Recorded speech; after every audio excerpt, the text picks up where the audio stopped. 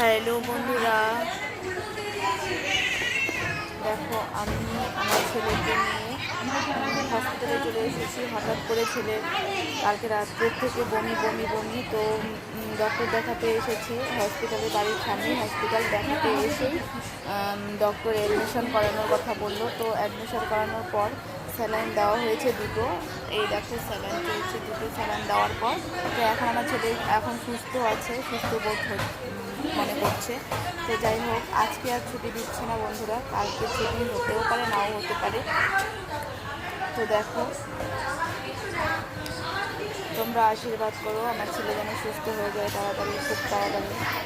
ছেলের মাসে মাসে এটা সেটা লেগেই থাকে। তো বন্ধুরা, তোমরাও খুব সাবধানে থেকো, সতর্ক থেকো, কারণ গরমের দিন পড়েছে, বাচ্চাদের খুব সাবধানে রাখবে।